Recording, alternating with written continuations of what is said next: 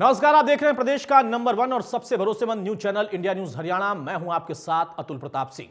2 साल 2 महीने के लंबे इंतजार के बाद हरियाणा मंत्रिमंडल में 2 नए चेहरों को जगह मिली। बीजेपी कोटे से हिसार के विधायक डॉक्टर कमल गुप्ता को मंत्री बनाया गया, तो वहीं सरकार में साझीदार जेजेपी के कोटे से टोहाना के विधायक देवेंद्र बबली को भी मौका मिला।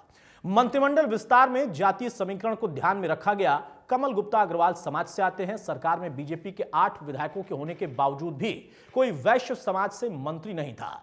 देवेंद्र बबली टोहाना से जेजेपी के विधायक हैं। बबली जाट परिवार के बड़े नेता के तौर पर जाने जाते हैं। चुनाव में तत्कालीन बीजेपी प्रदेशाध्यक्ष सुभाष बराला को भारी वोटों से हराया था। 2 नए मंत्री बनते ही मुख्यमंत्री मनोहर लाल की कैबिनेट का राजनीतिक कुनबा पूरा हो गया। मुख्यमंत्री ने तमाम अटकलों को खारिज करते हुए अपनी कैबिनेट में कोई फेरबदल नहीं किया। डॉक्टर कमल गुप्ता और देवेंद्र बबली के मंत्री बनते ही हरियाणा मंत्रिमंडल की खाली सीटें पूरी हो गईं। 90 सदस्यीय विधानसभा में 14 मंत्री बनाए जा सकते हैं। अभी तक मुख्यमंत्री और उप मुख्यमंत्री समेत 12 मंत्री थे, अब यह संख्या 14 पूरी हो गई है।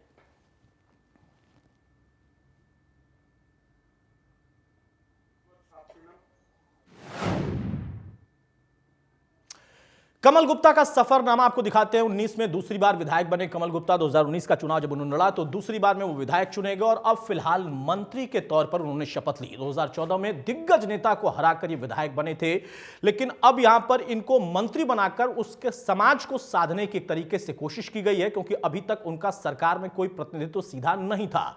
विधायक बनने के बाद सीपीएस का पद भी इन्होंने हासिल किया था, लेकिन अब मंत्री पद इनको दिया गया है और अब चूंकि विस्तार करना था, उसमें इन तमाम गणितों को समझना था और उसके आधार पर उसे सेट करना था। तो डॉक्टर कमल गुप्ता, जो कि ओजस्वी वक्ता के रूप में भी जाने जाते हैं, उनको यह मौका दिया गया है। 2014 से लेकर अब तक हिसार में कई विकास कार्य इन्होंने अपने स्तर पर कराए हैं।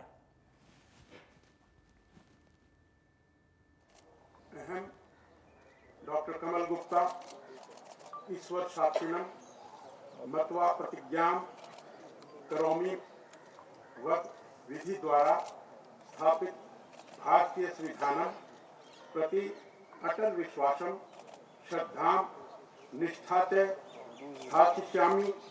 अहम भारत प्रभुताम अखंडताम रक्षिष्यामि। अहम हरियाणा राज्यस्य मंत्री रूपेण व स्वकर्तव्यानां शुद्धान्तकरणेन श्रद्धापूर्वक निर्वहणं करिष्यामि तथा भयं पक्षपातं द्वेषम् अनुरागं विना सर्वान् जनान् प्रति संविधान विध्यो अनुसारेण न्यायं करिष्यामि। अहम डॉक्टर कमल गुप्ता ईश्वर साक्षिणं मत्वा प्रतिज्ञां करोमि यत् हरियाणा राज्यस्य मंत्री रूपेण व मम विचारात् यत् विषय आनीतो भविष्यति अथवा मम ज्ञातो भविष्यति तत् विषयम् उपयुक्तं मंत्रिणं संबद्धाधिकारिणं व विहाय प्रत्यक्ष रूपेण अप्रत्यक्ष रूपेण व अन्यान् व्यक्ति विशेषान् न सूचयिष्यामि तथा स्वकर्तव्यानां सम्यक् निर्वहनं करिष्यामि। मैं देवेंद्र सिंह बबली ईश्वर की शपथ लेता हूँ कि मैं विधि द्वारा स्थापित भारतीय संविधान के प्रति सच्ची श्रद्धा और निष्ठा रखूंगा। मैं भारत की प्रभुता और अखंडता को अक्षुण्ण रखूंगा। मैं हरियाणा राज्य के मंत्री के रूप में अपने कर्तव्यों का श्रद्धापूर्वक राज्य मंत्री कौन बोलते हैं? राज्य मंत्री के तौर पर अनुराग या द्वेष के बिना सभी प्रकार के लोगों को संविधान और विधि के अनुसार न्याय करूंगा। मैं देवेंद्र सिंह बबली ईश्वर की शपथ लेता हूं कि जो विषय हरियाणा राज्य मंत्री के रूप में मेरे विचार में राज्य मंत्री लिया या लाया जाएगा अथवा मुझे ज्ञात होगा, उसे किसी व्यक्ति या व्यक्तियों को तब के सिवाय जबकि ऐसे मंत्री के रूप में अपने कर्तव्यों के समय निर्वहन के लिए ऐसा करना अपेक्षित हो, मैं प्रत्यक्ष अथवा अप्रत्यक्ष रूप से संसूचित या प्रकट नहीं करूंगा। मैं बहरहाल तो कमल गुप्ता जिन्होंने संस्कृत में शपथ ली, हमारे सहयोगी विपिन परमार ने उनसे खासतौर पर बातचीत की, सुनिए। देवेंद्र बबली और कमल गुप्ता जी भी हैं। गुप्ता जी, जिम्मेदारी मिली है, क्या प्राथमिकताएं रहेंगी? अभी डिपार्टमेंट मिलने तो प्राथमिकता उसके हिसाब से बताएंगे। पहले सर एक कॉन्स्टिट्यूएंसी को रिप्रेजेंट करते थे, अब हरियाणा को रिप्रेजेंट करेंगे मंत्री के तौर पे, क्या कहेंगे? हाँ, तो अच्छी बात है, हरियाणा की जिम्मेवारी है, हरियाणा को भी निभाएंगे और हिसार को भी निभाएंगे। देवेंद्र बबली ने शपथ लेने के बाद क्या कहा, जरा वो भी सुनिए। बबली जी, क्या कहेंगे आप? प्रदेश की जनता को रिप्रेजेंट करेंगे, क्या कहेंगे सर आप? क्या किस तरह से क्या कुछ प्राथमिकताएं रहेंगी आपकी? प्राथमिकता ईमानदारी के साथ जो जिम्मेवारी हमें दी गई है उसका निर्वहन करूंगा और हमारे प्रदेश के लोगों के लिए, स्पेशली अपने टोहाना के लोगों के लिए जो आशीर्वाद देकर मुझे यहाँ तक भेजने का काम किया, उनका मान सम्मान और उनके लिए समर्पित भावना से। स्पेसिफिक पोर्टफोलियो को भी देख रहे हैं सर? वो मुख्यमंत्री जी का प्रोटोकॉल है, वो देखेंगे, दुष्यंत जी देखेंगे। तो आप देख सकते हैं देवेंद्र बबली हैं, कमल गुप्ता हैं, साफ तौर पर उनका ये कहना है कि जिम्मेदारी दी गई है, जरूर कहीं ना कहीं रिस्पॉन्सिबिलिटीज बड़ी है, प्राथमिकताएं जो है वो पोर्टफोलियोज देखने के बाद जो है वो तय की जाएगी, क्या कुछ प्राथमिकताएं, क्योंकि प्राथमिकताओं के हिसाब से पहले जो जिम्मेदारी थी उससे ज्यादा मंत्रिमंडल में जगह मिली है, तो ऐसे में उसी अकॉर्डिंग, जिस अकॉर्डिंग पोर्टफोलियोज मिलेगी उस अकॉर्डिंग प्राथमिकता जो रहे डिपार्टमेंट के अनुसार जो है वो रहेगी। कैमरा पर्सन शशांक के साथ विपिन परमार, इंडिया न्यूज, चंडीगढ़। बहरहाल तो मंत्रिमंडल में 2 नए चेहरे शामिल किए गए, उनका सफरनामा भी हमने आपको दिखाया और साथ में जिस तरीके से जातीय समीकरण को बैलेंस करने की कोशिश की गई है उस गणित को भी आपने समझा। अब यहां पर हरियाणा मंत्रिमंडल पूरी तरह से जो कि संख्या कम थी उसको अब पूरा कर लिया गया है। इसका परिणाम भविष्य में किस तरीके का रहेगा, अगर इसमें कोई राजनीतिक चीजों को बैलेंस करने की एक कोशिश की गई है, यह भी एक चर्चा का विषय है। लेकिन सवाल इस बात का है कि लंबे इंतजार के बाद मंत्रिमंडल का विस्तार हुआ, उस विस्तार में आप देखिए कि 2 नए चेहरे जुड़ते हैं, 2 अलग अलग क्षेत्र से ये लोग आने वाले, और वहां पर इन लोगों को जब मौका दिया गया है तो जरूर इसका परिणाम भविष्य के लिए भी अच्छा हो, बेहतर हो, इस बात का ख्याल भी रखा गया होगा।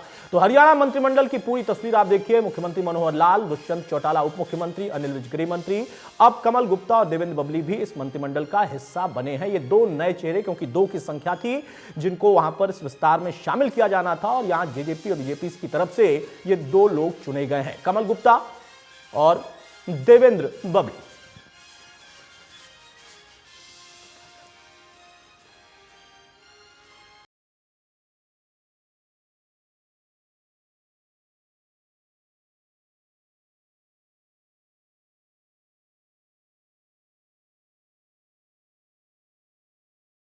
देखिए, मुख्यमंत्री मनोहर लाल, दुष्यंत चौटाला उप मुख्यमंत्री, अनिल विज गृह मंत्री, उसके साथ साथ ओम प्रकाश यादव इसमें हैं, संदीप सिंह राज्य मंत्री हैं, कमलेश ढांडा है राज्य मंत्री, अनूप धनख हैं, उसके साथ ही कमल गुप्ता और देवेंद्र बबली को इसमें शामिल कराया गया। जेजेपी से विधायक हैं टोहाना से देवेंद्र बबली, और कमल गुप्ता जो कि हिसार से हैं, वहां पर बीजेपी का प्रतिनिधित्व करते हैं। इन दोनों को मंत्रिमंडल में शामिल करने के पीछे की अभी तक जो मोटी मोटी रणनीति इस वक्त चर्चा में है वो यही है कि यहां पर जातीय समीकरण को बैलेंस किया गया है। एक नेता एक बिरादरी से आते हैं, वैश्य समाज, जिसका कोई सीधा प्रतिनिधित्व अभी तक मंत्रिमंडल में नहीं था या फिर सरकार में नहीं था, तो वहां पर उस समाज को भी साधने की कोशिश की गई है।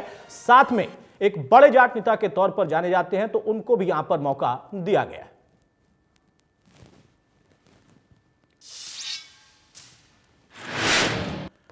बहरहाल अब सवाल इस बात का है कि लंबा इंतजार तो कैसा रहा मंत्रिमंडल का विस्तार। लंबे इंतजार के बाद जो मंत्रिमंडल विस्तार हुआ उसमें क्या साधने की कोशिश की गई है, और उस विस्तार में क्या जातीय समीकरण को साधने की जो कोशिश है उसका परिणाम किस तरीके से भविष्य में निकल सकता है, यह भी एक सवाल है।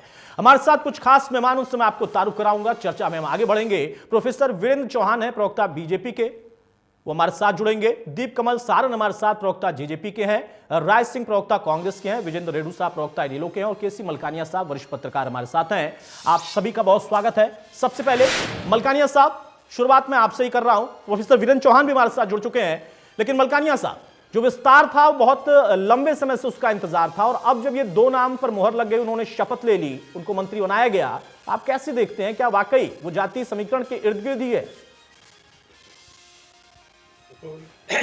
ये जो मंत्रिमंडल का विस्तार है, सरकार को 2 साल से ऊपर किया था बने हुए, और जब सरकार सत्ता में आई थी तो भाजपा के लिए सरकार नहीं बना पा रही थी, तो उसमें देखा गया कि किसके साथ सरकार बनाई जाए, तो जेजेपी की कांग्रेस के बाद दूसरी वही बड़ी पार्टी थी जिसके साथ सरकार बनाई जा सकती थी, और कुछ निर्दलीय को भी सहयोग दिया गया, उनके साथ सरकार बनाई। पर उसके साथ साथ ये भी देखना पड़ता था कि कौन कौन से चेहरे हैं जिनको मंत्रिमंडल में लिया जाए। जेजेपी की तरफ से दबाव था कि हमारे ज्यादा से ज्यादा मंत्री लिए जाएं। उधर निर्दलीय थे जो चाहते थे कि हम समर्थन सरकार को देंगे तो हमें भी कोई ना कोई पद मिले, चाहे उनको बाद में इसमें बोर्ड कॉर्पोरेशन वगैरह में एडजस्ट किया गया और जेजेपी को मंत्रिमंडल में भी स्थान दिया गया और भाजपा को भी प्रतिनिधित्व दिया गया।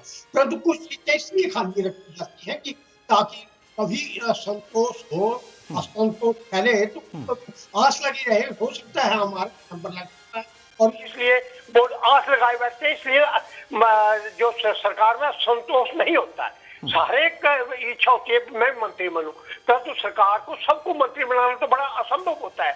इसकी भी लिमिट है, 15% जितना है उतना ही मंत्री बना सकते हैं। 14 मंत्री बनाए जा सकते थे तो 12 तो बना दिए गए थे। अब 2 सीटें खाली थी और उनके लिए काफी लंबे समय से बात चल रही थी कि किसको मंत्री बनाया जाए, किसको न बनाया जाए। तो वैसे समाज से गुप्ता जी थे, वो स्पीकर थे, उनकी इच्छा थी कि मुझे मंत्रिमंडल में लिया जाए, परंतु उनकी जगह किसी और को लिया जाना था, तो इसलिए कमल गुप्ता जी को मंत्रिमंडल में लिया गया। ये भाजपा के कोटे से आए और देवेंद्र बबली जी थे, वो जेजेपी कोटे से मंत्री बनाए गए हैं। और इस प्रकार जातीय समीकरण भी देखा गया और प्रादेशिक समीकरण भी दिया और कोशिश की है कि हर इलाके को, हर जाति को, हर वर्ग को प्रतिनिधित्व दिया जाए।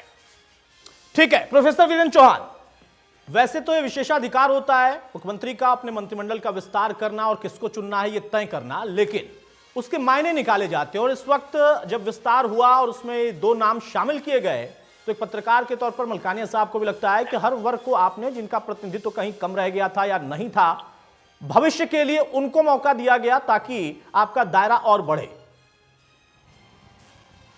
देखिए, जब भी किसी मुख्यमंत्री को या टीम लीडर को अपनी चयन करना होता है तो एक तर काम नहीं करता। बहुत सारे फैक्टर एक साथ काम कर रहे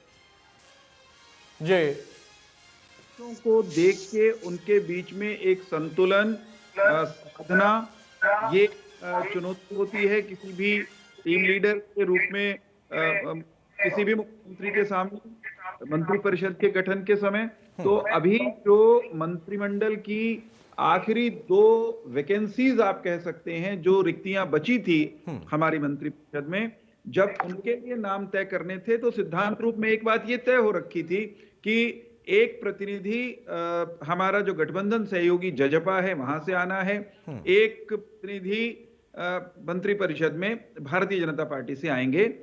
तो निश्चित तौर पर गठबंधन सहयोगी को यह अधिकार है कि वो अपना नुमाइंदा तय करें। उनके अपने समीकरण, उनकी अपनी आंतरिक संगठनात्मक आवश्यकताएं या सर्कमस्टांसेस कहिए, उनकी अपनी निर्णय लेने की स्वतंत्रता के आधार पर उन्होंने अपना प्रतिनिधि तय किया।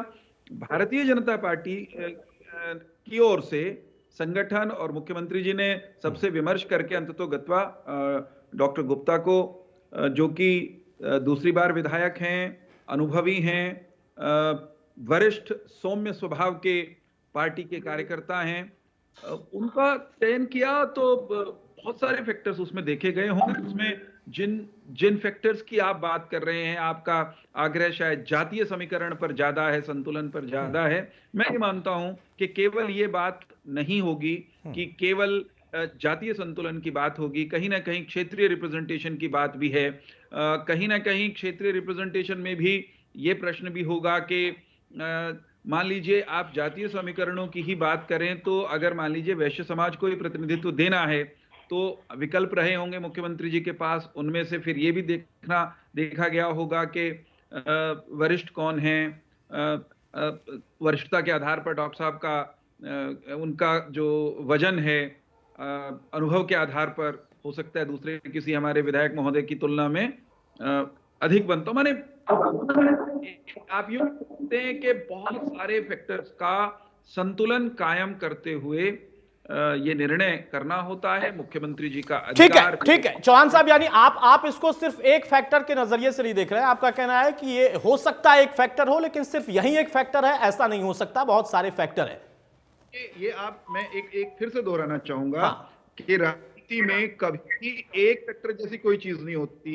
राजनीति में 2 + 2 4 कभी भी नहीं होते। 2 + 2 9 भी हो सकते हैं, 2 + 2 17 भी हो सकते हैं। तो कहीं अदृश्य फैक्टर्स हो सकते हैं, कहीं ठीक है। रेणु साहब एक सवाल आपसे, उसके बाद दीपकमल के पास में जाऊंगा। सवाल इस बात का है कि एक विशेषाधिकार के तहत अगर कोई काम होता है तो उस पर कोई आपत्ति तो नहीं कर सकता, लेकिन उस पर हम चर्चा कर सकते हैं। सवाल यहां पर जो था उसको चौहान साहब कह रहे हैं कि राजनीति में और विस्तार में किसी एक फैक्टर के नजरिए से हमें नहीं देखना चाहिए। फिर क्यों ये कहा जा रहा है कि असल में भविष्य के लिए जातिगत समीकरण को साधने के लिए विस्तार में ये नाम शामिल है?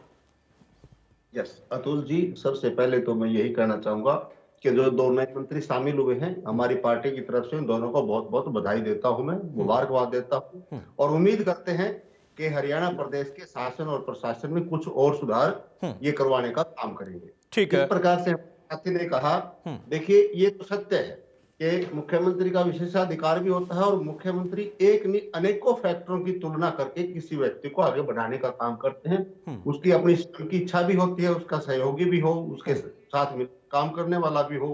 जातीय समीकरण भी आजकल राजनीति में बहुत बड़ा प्रभाव रखता है, उसको भी बैलेंस करना होता है। क्षेत्रवाद को भी देखना होता है, उसको भी बैलेंस करना होता है। और ये विशेषाधिकार है मुख्यमंत्री का, इन्होंने बना दिया, बहुत अच्छी बात है। और हम तो यही उम्मीद करेंगे कि ये जो 2 नए मंत्री आए हैं, इनसे प्रदेश के शासन व्यवस्था में कुछ और सुधार हो।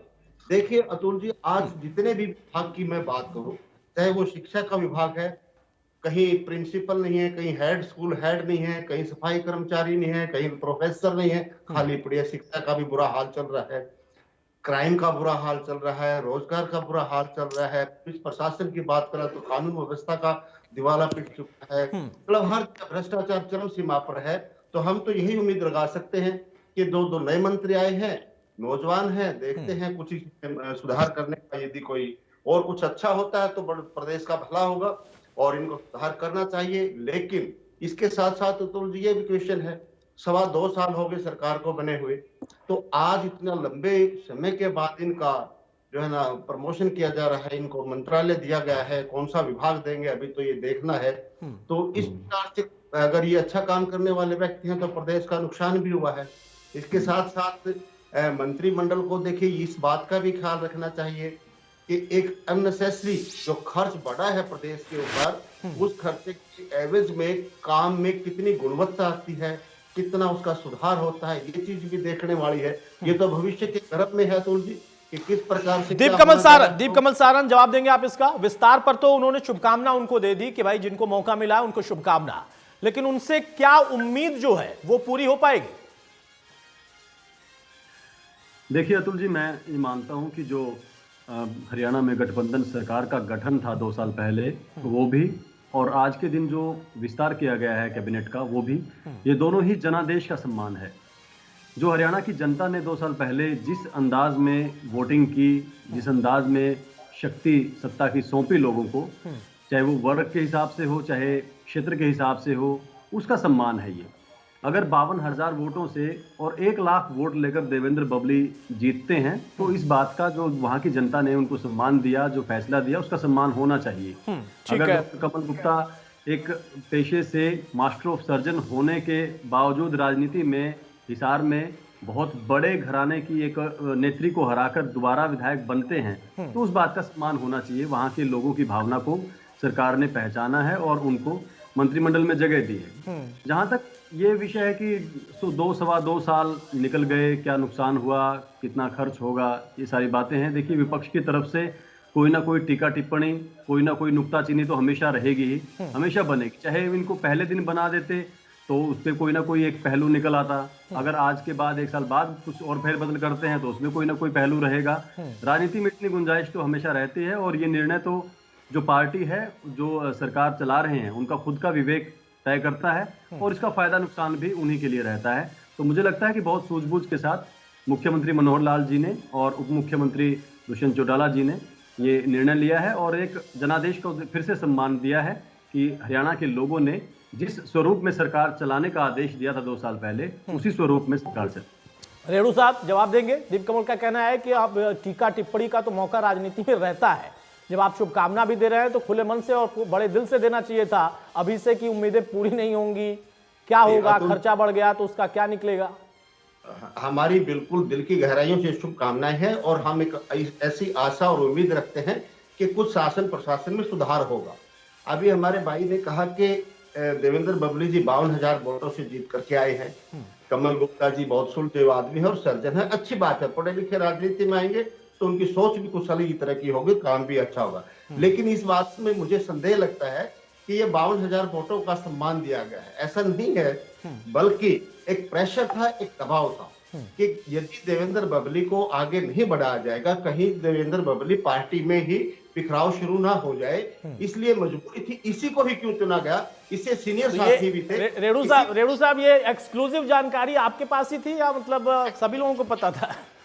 नहीं, ये देखिए तो बहुत पहले से चर्चा का विषय है। जिस टाइम से देवेंद्र बबली ने विधानसभा में शपथ ली थी, अतुल जी आपने वो शपथ ग्रहण समारोह भी देखा होगा, किस प्रकार से देवेंद्र बबली ने खिलाफत शुरू कर दी थी पार्टी की। खुले तौर पर दुष्यंत जी का भी उसने विरोध करना शुरू कर दिया था और उन्होंने यहां तक भी कह दिया था अगर हम जनता में जाएंगे तो हमें लोहे के हेलमेट और कमीज बनाकर पहन कर जाना पड़ेगा। तो यानी कि बिल्कुल मुखर और विरोधी तेवर बबली जी ने अपनाए हुए थे इनको शांत करने के लिए, ताकि पार्टी में बिखराव ना हो, पार्टी जमी रहे, इसलिए इनको चुनने का काम किया। ये तो बात इन साथी को माननी पड़ेगी क्योंकि ये सत्य है। तो इसलिए और इसी प्रकार से मैं तो कल भी कहा था, कल भी हमारे ये सहारण जी मेरे साथ थे और मैंने कल एक बात और भी कही थी, शायद इनको याद भी होगी, कि किसानों के विरोध में जिसने जितनी ज्यादा ऊंची आवाज उठाई है उसको कहीं ना कहीं सम्मान मिलने का काम होगा। और मैं नाम कल भी बताने के लिए तैयार था, कमल जी ने मेरे से पूछा नहीं, रोक दिया था इन्होंने, तो ये तो स्पष्ट था, सभी को पता। दीप कमल जल्दी से एक जवाब, फिर मैं चौहान साहब के पास जाऊं। सम्मान है या दबाव वाली बात है? देखिए, पहली बात तो ये बिल्कुल ही निराधार बात है, फिर ये विरोधाभासी बात हो जाती है कि फिर अगर ऐसा था तो फिर 2.25 साल बाद क्यों ये हमने निर्णय लिया है। और दूसरी बात उसके साथ, जैसे रेड्डू जी कह रहे थे कि कुछ पार्टी में कुछ इस तरीके की कोई दिक्कत हो सकती थी, तो फिर अगर आप ऐसा ही मानने को तैयार हैं, ऐसा ही मानने के आपका मन कर रहा है, तो फिर अब ये मान लीजिए कि ऐसी सारी शंकाएं आज खत्म हो गई। अब कहीं से भी आपको कोई गुंजाइश लगती है कि अगले 2, 2.5, 3 साल तक इस सरकार को कोई भी आंच आ सकती है? इस बात को दोबारा सोचिएगा कि 3 साल तक बीजेपी जेजेपी गठबंधन की सरकार को हल्की सी भी खरोंच, हल्की सी भी आंच आ सकती है क्या अब? तो अगर आपको यही आशंका थी तो ये तो मास्टर स्ट्रोक है, सारी समस्या का समाधान है। हाँ दीप कमल जी, मैं सहमत हूं आपकी इस बात से, क्योंकि जरा सी भी गठबंधन में दरार नहीं आएगी। इसका कारण है सभी को फ्री हैंड मिला हुआ है। प्रदेश की जनता को जो जैसे चाहे लूटो खसोटो काम करो, तो क्यों खटास आएगी? सभी की जब इच्छाएं पूरी हो जाती है तो खटास के चांस कम हो जाते हैं। मैं सहमत हूं आपकी इस बात से। आप देखिए कितने बड़े बड़े घोटाले दीप कमल निकल करके आ रहे हैं। अरे प्रदेश की जनता की खून पसीने की कमाई का पैसा टैक्स के रूप में सरकार के पास जमा होता है और प्रदेश की जनता उम्मीद करती है। लेकिन रेणु साहब ये तो विरोधाभासी बयान हो जाएगा ना फिर आपका। एक तरफ आप अभी खुले दिल से बड़े मन से उनको शुभकामना दे रहे थे और अब कह रहे हैं कि लूटने खसोटने के लिए उनको मौका दिया गया है। मैं ये कह रहा हूं कि तो आप भी शुभकामनाएं ऐसे लोगों को दे रहे हैं? नहीं, मैंने 2 व्यक्तियों को शुभकामनाएं दी है जो नए कैबिनेट में आए हैं। इनकी कार्य प्रणाली देखनी है, देखेंगे, समझेंगे किस प्रकार से कार्य प्रणाली इनकी चलती है, या फिर तालाब में सभी मछलियां जैसी हो जाएंगी तो भविष्य के गर्भ में है। अतुल जी इसके बारे में तो नहीं कहा जाता। तालाब में मछलियां तो एक जैसी नहीं होती हैं, अलग अलग रंग रोगन की हो सकती हैं, ऐसा नहीं है। चौहान साहब, लेकिन जो रेणु साहब कह रहे हैं उसको, उसी बात को हम आगे बढ़ाते हैं और फिर मैं उसी मुद्दे पर आ जाता हूं कि अगर मान लीजिए, आपने कहा कि बहुत सारे फैक्टर होते हैं, मैंने स्वीकार कर लिया, बिल्कुल सही बात आप कह रहे हैं, लेकिन अगर उसमें से एक फैक्टर जाती है तो उसका आपका क्या गोल सेट करना चाहते हैं आप? किस तरीके का टारगेट है कि अब जब सरकार ये चलती रहे और ये अपना कार्यकाल जब पूरा करे और फिर अगले चुनाव में हम आए तो वहां पर उन चीजों को अभी से हम एक मैसेज दे दें उस समाज को कि हमने तब से आपका ख्याल रखा था? देखिए, प्रजातंत्र में किसी भी सरकार के मुखिया को किसी एक वर्ग का, दो वर्ग का ख्याल नहीं रखना होता। प्रजातंत्र का सूत्र, आधारभूत नियम है कि प्रजातंत्र में सबका ख्याल रखा जाता है। तो सरकार सब वर्गों की, सब जातियों की, सब क्षेत्रों की सरकार है। सरकार तो ये जितेंद्र रेड्डी जी की भी है, अभय सिंह चौटाला जी की भी है, क्योंकि इस सरकार ने मनोहर जी के नेतृत्व में 90 के 90 विधानसभा क्षेत्रों को एक निगाह से विकास के मामले में, संसाधनों के मामले में देखा है। हमने ये करके दिखाया है कि इस सरकार में किसी क्षेत्र विशेष को सिर्फ इसलिए तरजीह नहीं मिलती, महत्व नहीं मिलता कि वो मुख्यमंत्री का या किसी मंत्री का या किसी उप मुख्यमंत्री का क्षेत्र हो। हमारे मुख्यमंत्री हो, उप मुख्यमंत्री हो, हमारी मंत्रिपरिषद हो, पूरे हरियाणा को, हर हरियाणवी को एक नजर से समानता के साथ देखने का सामर्थ्य रखती है। अब रही बात कि आप चर्चा जातीय आकांक्षाओं की कर रहे हैं, जातियों को रिझाने या संतुलन बनाने की कर रहे हैं। मीडिया हमेशा करता है, करता रहेगा। और राजनीति की, प्रजातांत्रिक राजनीति की ये सच्चाई, इससे कौन इनकार करेगा कि प्रजातंत्र में जातियों के हिसाब से भी, समुदायों के हिसाब से भी और क्षेत्र के हिसाब से भी आकांक्षाएं होती हैं। और ऐसी सामुदायिक, जातीय और क्षेत्रीय आकांक्षाएं होना कोई अपराध नहीं है। कहीं कोई असंतुलन लगता है तो उस असंतुलन को दूर किया जाना प्रजातंत्र की खूबसूरती है। ठीक है। तो अगर वैसा भी कोई लक्ष्य हासिल हुआ है इस मंत्रिपरिषद के विस्तार से, अभिनंदन करना चाहिए, स्वागत योग्य कदम है। परंतु महत्वपूर्ण बात यह है कि मुख्यमंत्री जी की टीम में संतुलन के सूत्र के हिसाब से सर्वाधिक सक्षम लोग रहे। मैं विजेंद्र रेड्डी जी ने एक दो सवाल जो उठाए ना, उन पर टिप्पणी जरूर करना चाहता हूं आपकी अनुमति से, कि प्रतिपक्ष की बौखलाहट का अनुमान हमारे आदरणीय रेड्डी साहब की टिप्पणियों से लग सकता है। अब विजेंद्र जी ये कह रहे हैं कि 2 मंत्री बना दिया हमने, खर्चा बढ़ जाएगा, अनावश्यक खर्चा बता दिया इन्होंने। अब विजेंद्र जी कल को ये कह देंगे या इनके कोई नेता खड़े होकर कह देंगे कि सरकार की आवश्यकता भी क्या है, मंत्रिपरिषद जो है उसकी भी क्या जरूरत है, सरकार तो ब्यूरोक्रेट चला लेंगे, उसकी भी क्या आवश्यकता है। न्यूनतम जो मंत्री बन सकते हैं, अधिकतम जो प्रावधान है कानून में, उसके हिसाब से हमने मंत्रियों की बहाली कहिए या मंत्रियों की नियुक्ति, उनको उनका काम सौंपा है। उनसे अधिकतम काम लेंगे, ये निश्चित है।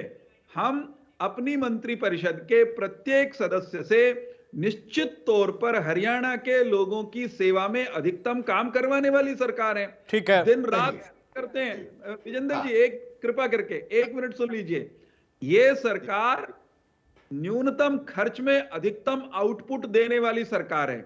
इस सरकार ने छोटे छोटे अपने स्टॉक से बड़े बड़े गैंगस्टर्स जो थे हरियाणा में, जो नौकरियों की दलाली का धंधा करते थे, भ्रष्टाचार के बड़े बड़े गिरोह थे, हमने छोटी छोटी चोट करके उन सबको बिखेरा है कि नहीं विजेंद्र जी? वो भागते फिर रहे हैं कि नहीं? उनमें से अनेक जेलों में हैं कि नहीं? इस सरकार की एफिशिएंसी का यह प्रमाण है। इस सरकार की एफिशिएंसी का, हरियाणा की सरकार की एफिशिएंसी का यह प्रमाण है कि अनेक सेंट्रल एजेंसीज ने, केंद्रीय राष्ट्रीय संस्थानों ने हरियाणा की सरकार को एक नहीं दर्जनों मसलों पर बेहतरीन परफॉर्मेंस के लिए अवार्ड दिया है। अब जो सरकार इतना बढ़िया काम कर रही हो विजेंद्र जी, जो सरकार इतना सुथरा बढ़िया काम कर रही हो कि देश में, दुनिया में उसकी खातर ताड़ी बजाने वाले, सर्टिफिकेट देनी है, प्रमाण पत्र देनी है, अवार्ड देनी है, खड़े हों, उस सरकार से आप दुखी क्यों हो? मैंने समझ नहीं आती है। मैंने तो न्यू कह दिया, इसमें आपका भी साथ जाए। 5 साल का मैंडेट कराएं हरियाणा की जनता से। बताइए रेड्डी साहब, जल्दी से कमेंट करिए, फिर मैं मलकानिया साहब के पास जाऊं। 5 साल तो साहब को बधाई देता हूं प्रोफेसर साहब, आपको में, और फिर आपने जो कहना क्या लेना।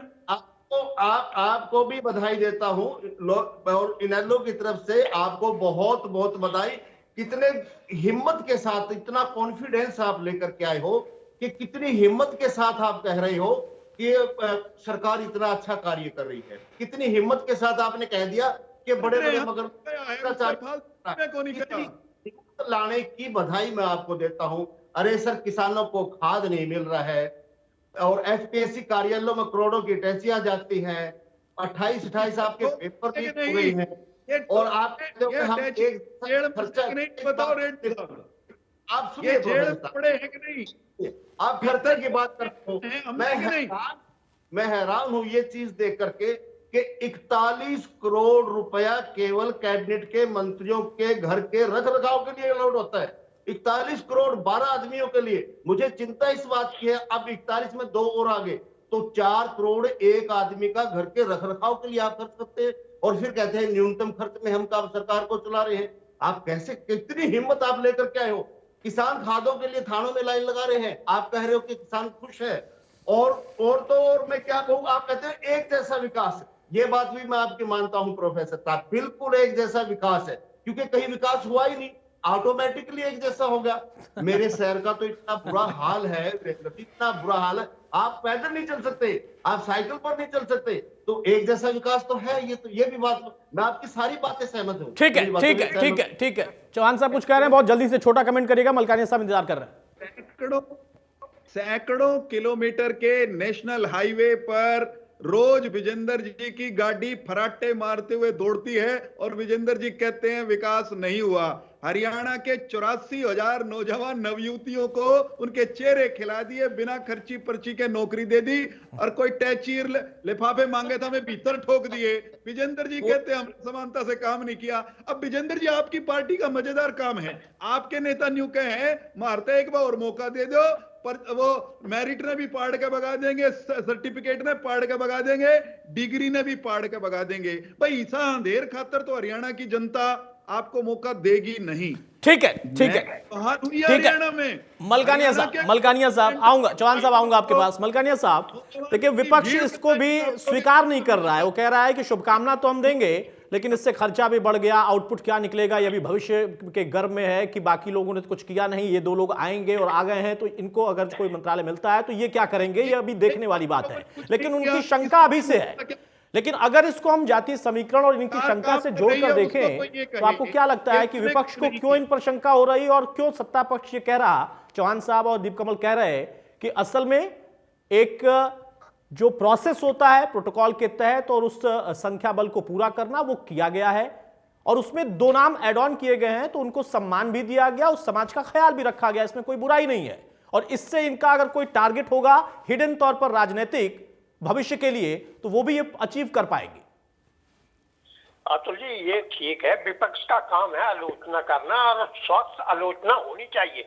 इससे सरकार सतर्क रहती है और सरकार सभी के लिए काम करती है। ये नहीं हम कह सकते कि मनोहर लाल सरकार काम ठीक नहीं कर रही है। मनोहर लाल सरकार भला ठीक ठाक काम कर रही है और कई दिक्कतें आती हैं, जैसे अब किसान आंदोलन हुआ उससे निपटना पड़ा, अब कोरोना की बीमारी है, ऐसे कोरोना की बीमारी में सब कुछ बंद हो गया, दफ्तर स्कूल सब बंद हो गया, तो इसमें विकास जो रुकता है और रुका है, परंतु उसको पटड़ी पर भी लाया गया है और जो काम है किसान के आंदोलन को भी निपटा लिया गया है और जो किसानों के केस है वो भी वापस हो रहे हैं। जो नए मंत्री आते हैं तो उनमें उत्साह होता है, जो भी नया बनता है वो जो है खुलकर काम करता है, वो अपनी प्रतिभा दिखाना चाहता है। और मंत्रिमंडल में तो इस बात का संदेह रहता है कि ना जाने कब मंत्रिमंडल में अगर अच्छा काम नहीं करेंगे तो मंत्री किसी समय भी निकाल सकते हैं। प्रधानमंत्री, भाजपा की सरकार है,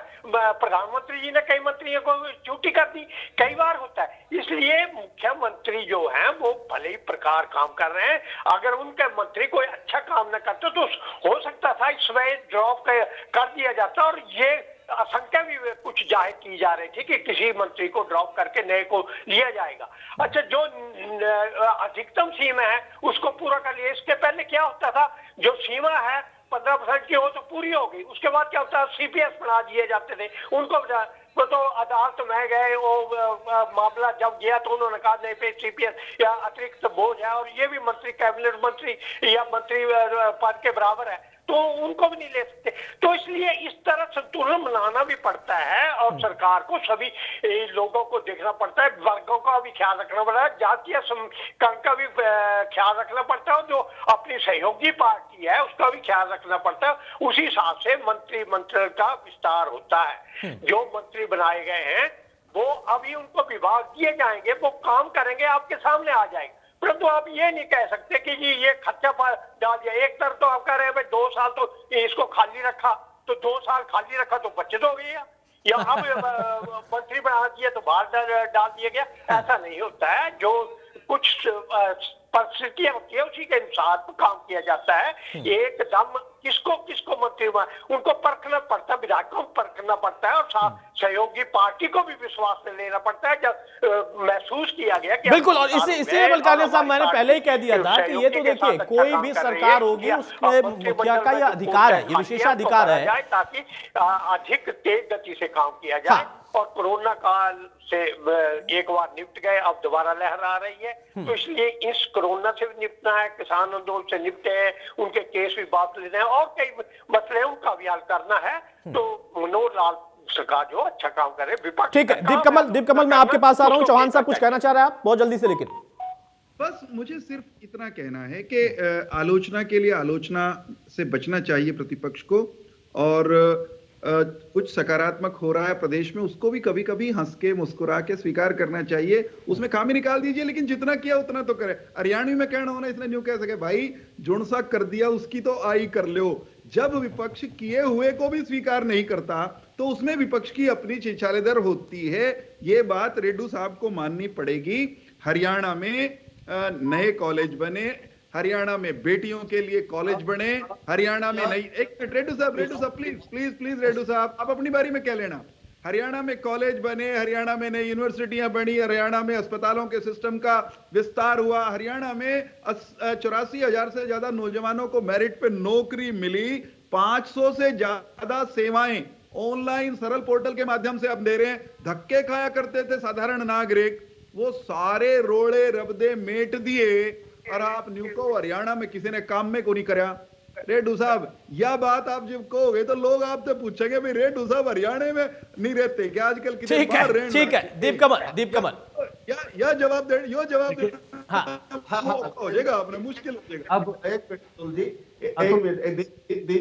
रेड्डू साहब आऊंगा, रेड्डू साहब आऊंगा। दीप कमल से मेरा सवाल है। दीप कमल कुछ कहना भी चाह रहे थे आप? मेरा सवाल भी वही है कि स्वीकार भी कर रहा है, अस्वीकार भी कर रहा है, कह रहा है कि क्यों खर्चा बढ़ा दिया और फिर कह रहा है कि नहीं बढ़ना भी चाहिए था, आपने 2 साल तक क्यों नहीं रखा था।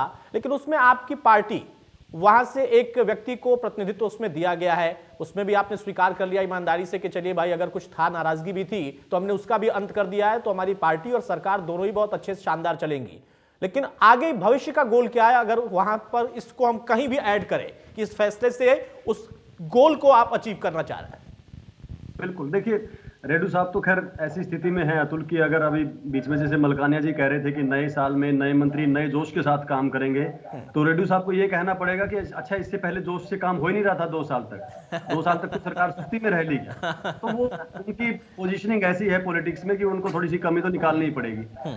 मैं अतुल एक दूसरी महत्वपूर्ण बात आपके शो में रखना चाहता हूँ। मैंने अभी तुरंत ही इस चीज को कैलकुलेट किया और देखा, हरियाणा में 14 मंत्री हैं आज के दिन, मुख्यमंत्री उप मुख्यमंत्री समेत, और एक स्पीकर हैं ज्ञानचंद गुप्ता जी।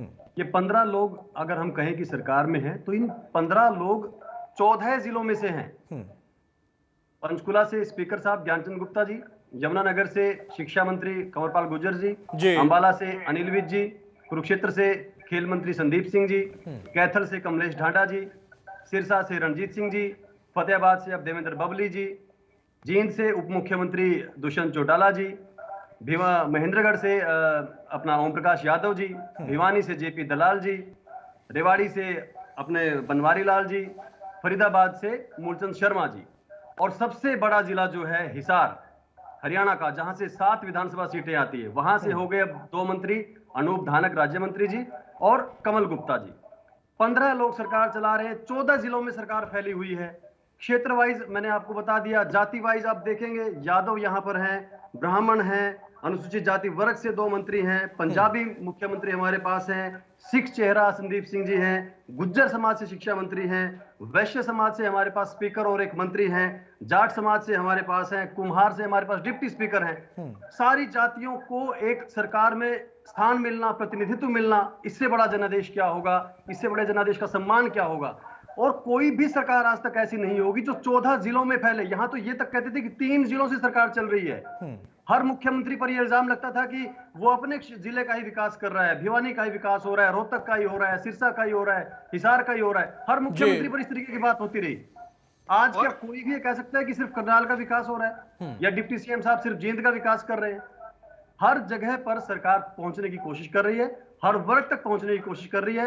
यह जनादेश ही है कि अगर हरियाणा में जाट वर्ग सबसे बड़ा है तो वहां से सबसे ज्यादा मंत्री हैं, लेकिन उसके साथ साथ सारे वर्गों तक सरकार पहुंच रही है। और मुझे खुशी इस बात की हुई कि भारतीय जनता पार्टी के हमारे प्रवक्ता डिबेट में हरियाणवी बोल रहे हैं, यह और भी खुशी की बात है। ये तो हरियाणा के हर वर्ग को हरियाणा में एक बनाकर गले लगाने वाली बात है। मुझे लगता है कि इससे अच्छी स्थिति कोई सरकार के लिए हो नहीं सकती। सकारात्मक अगर विपक्ष रहे, सकारात्मक अगर लोग रहे तो तेजी से हरियाणा विकास करेगा। ये परफेक्ट पोजीशन आज के दिन हरियाणा सरकार की। ठीक है, चौहान साहब क्या कह रहे हैं आप? बस मुझे तो इसमें यही जोड़ना है कि आज की इस सकारात्मक सी चर्चा में अगर वो 3 जिलों वाली सरकार के प्रतिनिधि भी होते तो अच्छा रहता, सबको पूरा गुलदस्ता रहता। आज की चर्चा में वो नहीं है। क्या कारण है कि जो बड़ा विपक्षी दल है वो चर्चा से नदारद है, उसमें आनंद सा नहीं आ रहा। बाकी सब अच्छी चीजें हैं। हम ये सरकार हर हरियाणवी की बेहतरी के लिए चला रहे हैं। ठीक है चौहान साहब, असल में हमारे साथ चर्चा में वो शामिल हो रहे थे, लेकिन टेक्निकल एरर की वजह से वो शामिल नहीं हो पाया। ऐसा नहीं है कि राज सिंह साहब नहीं आ रहे थे, राज सिंह साहब आ रहे थे, लेकिन टेक्निकल एरर की वजह से वो हमारे साथ कनेक्ट नहीं हो पा रहे हैं। इस वक्त ये नई चुनौतियां भी कुछ कोरोना काल में निकली हैं। बहरहाल सबके लिए सरकार चला रहे हैं साहब, सबकी सरकार है। और जिस जनादेश के साथ जिन स्थितियों में ये सरकार बनी थी, बहुत बेहतरीन परफॉर्मेंस दे रही है। कोई छोटी मोटी कमी है तो विजेंद्र रेड्डी जी से पूछ के, और बाकी जो से राय सिंह जी नहीं आए उनकी भी राय लेके। ठीक है, रेडू साहब से अब फाइनल कमेंट ले लेते हैं, बहुत संक्षेप में, अब समय नहीं है। रेडू साहब देखिए, दीप कमल ने भी कहा कि आपकी इस वक्त पोजीशनिंग ऐसी है कि आपको कुछ न कुछ विरोध करना पड़ेगा, वरना इस मुद्दे में ऐसा विरोध करना जैसा कुछ भी नहीं है। नहीं, देखिए अतुल जी, हमारा तो काम है सरकार को जगाना। सरकार जागे ना जागे वो सरकार का काम है, उसने देखना है। पब्लिक ने मैंडेट दे दिया है, सरकार सत्ता में ये काबिज हो गए हैं, तो जैसे चलाएंगे देश को तो भुगतना ही पड़ेगा। ठीक है, और काबिज नहीं हुए हैं, लोगों ने सम्मान से भेजा है और लोग भुगत नहीं रहे, लोग ले रहे जी से। आम हरियाणवी काचे काटन लाग रहा है और आनंद आने वाले दिनों में। जिस प्रकार से चुनाव हुआ था और जिस प्रकार से दोनों आप एक दूसरे के घोर विरोधी हुआ करते थे, जनता ने भारतीय जनता पार्टी को प्रदेश से भगाने के लिए जेजेपी मैंडेट देने का काम किया था, ताकि ये भाजपा से हमारा पीछा छुड़वा दे। अब रेणु साहब, अब इस पर अगर आप कोई दुख जाहिर करेंगे तो इसमें कोई फायदा नहीं है, क्योंकि देखिए सरकार भी उनकी चल रही है। आपने दीप कमल से कहा तो उन्होंने बता भी दिया कि अगर कहीं ऐसा था कि कुछ दिक्कत थी तो हमने उसको भी आज खत्म कर दिया, तो सरकार और अच्छी चलेगी। अब तो अगले चुनाव में ही आपको मौका मिलेगा। फिलहाल तो इनकी सरकार है, जनता ने चुना है, और चाहे जिस वजह से आप बता रहे हो कि नहीं इस वजह से ऐसा बोलना पड़ेगा, लेकिन ऐसा कुछ है नहीं फिलहाल। हाँ चौहान साहब, ने नहीं चुना। अरे राजनीति में ऐसे जुड़ाव होते हैं, कोई नई बात नहीं है भाई। आप भी जुड़े रहे, ये भी जुड़े रहेंगे, आगे और हो सकता है कि जुड़ाव होते रहेंगे। इसमें आप ये नहीं कह सकते कि जनता ने ये किया बाद में गठबंधन उन्होंने उनसे कर लिया। ये तो होता रहता है राजनीति में, स्वाभाविक है। बहरहाल माफी चाहूंगा सर, मेरे पास अब समय नहीं है, माफी चाहूंगा। चौहान साहब कुछ कह रहे हैं बहुत संक्षेप में, लेकिन बस मुझे सिर्फ इतना कहना है, हरियाणा की वर्तमान सरकार भारत के संविधान में दिए गए प्रावधानों के अनुसार और जनता की आकांक्षा की सरकार है। इस सरकार को आने वाले दिनों में हम बेहतर चलाएंगे। विजेंद्र रेड्डी जी का भी कोई बढ़िया सा सुझाव होगा तो उसको नकारेंगे नहीं। ये हमारा सरकार के गठबंधन के दोनों सहयोगियों का, मेरा और दीप कमल जी का इनसे वादा है। मुस्कुराते चलिए, बहुत शुक्रिया चौहान साहब, बहुत शुक्रिया दीप कमल, बहुत शुक्रिया मलकानिया साहब और रेडू साहब, आप सभी का हमारे साथ चर्चा में शामिल होने के लिए। तो विस्तार किया गया, लेकिन विस्तार के पीछे की मंशा क्या थी वहां पर एक अधिकार के तहत वो विस्तार किया गया है, लेकिन अगर सामाजिक तौर पर, जातिगत तौर पर उस चीज को साधने की कोशिश है तो ये भी राजनीति में स्वाभाविक है, सभी लोग करते हैं। परिणाम इसका क्या निकलेगा ये जरूर देखना होगा। नमस्कार।